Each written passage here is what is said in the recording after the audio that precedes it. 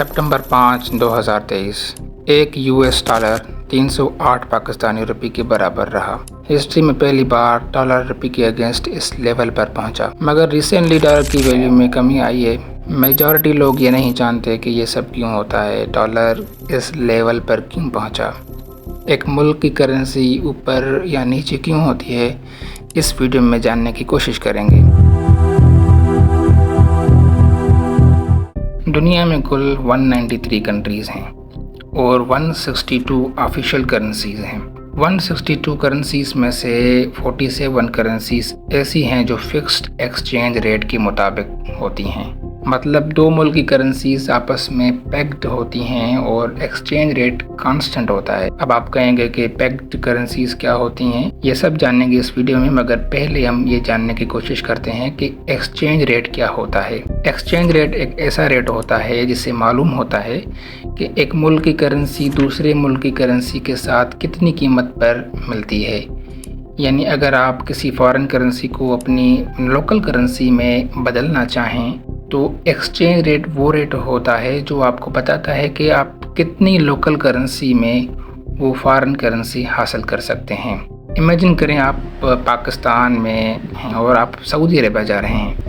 आपको Saudi riyal चाहिए जिससे आप वहाँ के एक्सपेंसेस को कवर कर सकें। आप अपनी पाकिस्तानी रुपये को सऊदी रियाल में एक्सचेंज करना चाहते हैं। अब अगर एक्सचेंज रेट एक पाकिस्तानी रुपये के बराबर 0.02 सऊदी रियाल है और आप 1000 पाकिस्तानी रुपये एक्सचेंज करते हैं तो आपको 20 सऊदी रियाल मिलेंगे। इस एक्सचेंज रेट के मुताबिक आप अपनी पाकिस्तानी रुपये को सऊदी रियाल में कन्वर्ट करके वहाँ के एक्सपेंसेस कवर कर सकते हैं। इसे एक्सचेंज रेट कहते हैं। अब एक्सचेंज रेट के 3 टाइप्स होते हैं, एक floating exchange rate, fixed exchange rate और managed exchange rate. Floating exchange rate, इसमें करेंसी के मुताबिक रेट मार्केट फोर्सेस सप्लाई और डिमांड के असर पर डिपेंड करता है। अगर किसी करेंसी की डिमांड ज़्यादा है तो उस करेंसी की वैल्यू भी बढ़ेगी। फॉर एग्ज़ाम्पल चाइना बहुत सारी चीज़ें मैन्युफैक्चर करता है और बाहर एक्सपोर्ट करता है। अगर पाकिस्तान कोई भी चीज़ चाइना से इंपोर्ट करता है तो पाकिस्तान को पेमेंट रुपये में नहीं करनी होती बल्कि चाइनीज़ योन में करनी होती है, और पाकिस्तान योन करेंसी ख़रीदेगा तो योन की डिमांड बढ़ेगी। जब योन की डिमांड बढ़ेगी तो उसकी वैल्यू भी बढ़ेगी। समझें कि आप यूनाइटेड स्टेट्स में हैं और आप फ्रांस जाना चाहते हैं। आपको यूरोज़ चाहिए जिससे आप फ्रांस में शॉपिंग या कुछ सामान खरीद सकें। अब आप जाते हैं एक करेंसी एक्सचेंज शॉप पर और देखते हैं कि आज का जो एक्सचेंज रेट है वो एक यूएस डॉलर 0.85 यूरोज़ है। यानी अगर आप 100 यूएस डॉलर एक्सचेंज करते हैं तो आपको 85 यूरोज़ मिलेंगे। लेकिन अगले हफ्ते जब आप फिर एक्सचेंज शॉप पर जाते हैं तो तब एक्सचेंज रेट बदल चुका होता है।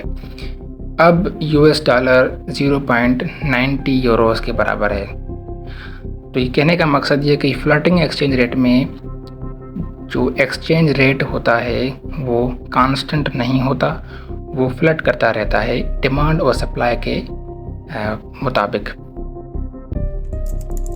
फिक्स्ड एक्सचेंज रेट, इसमें करेंसी का एक्सचेंज रेट गवर्नमेंट या सेंट्रल बैंक डिसाइड करती है और वो फिक्स्ड होता है, यानी करेंसी की कीमत मुनासिब होती है और जनरली दूसरे करेंसीज़ के साथ स्टेबल रहती है। जैसे मैंने पहले बताया कि दुनिया में 47 करेंसीज ऐसी हैं जो फिक्स्ड एक्सचेंज रेट पर हैं। सोचिए कि आप यूनाइटेड अरब एमिरेट्स में हैं और आपको सऊदी रियाल की ज़रूरत है, तो यूएई गवर्नमेंट ने अपनी करेंसी दिरहम को सऊदी रियाल के साथ फिक्स्ड एक्सचेंज रेट पर रख दिया है। यानी एक यूएई दिरहम जो है एक सऊदी रियाल के बराबर होगा, यानी कि हर वक्त वो इसी कीमत पर होगा, वो फ्लट नहीं करेगी। जैसे हमने पहले पढ़ा कि फ्लोटिंग एक्सचेंज रेट में वो मार्केट फोर्सेस सप्लाई और डिमांड के मुताबिक वैल्यूज़ ऊपर नीचे होती हैं, मगर फिक्स्ड एक्सचेंज रेट में ऐसा नहीं होता। इस फिक्स्ड एक्सचेंज रेट सिस्टम में आप जब भी करेंसी से एक्सचेंज शॉप पर जाते हैं आपको एक यूएई के बराबर हमेशा एक सऊदी रियाल मिलता है।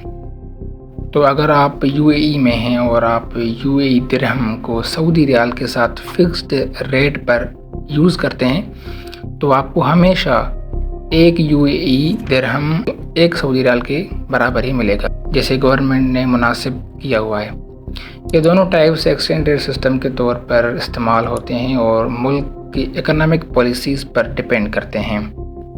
पैक्ड करेंसीज एक सिस्टम होता है जहां एक मुल्क की करेंसी की कीमत या एक्सचेंज रेट एक दूसरे मुल्क की करेंसी के साथ फिक्स्ड होता है।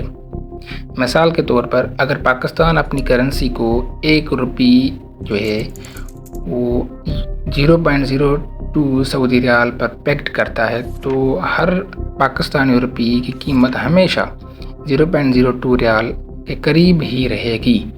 इसका मकसद ये होता है कि पाकिस्तान और सऊदी अरब के दरमियान ट्रेड ट्रांजैक्शंस में स्टेबिलिटी और प्रेडिक्टेबिलिटी बरकरार रहेगी, ताकि बिजनेस और इंडिविजुअल्स आसानी से करेंसीज एक्सचेंज कर सकें और ट्रेड कर सकें।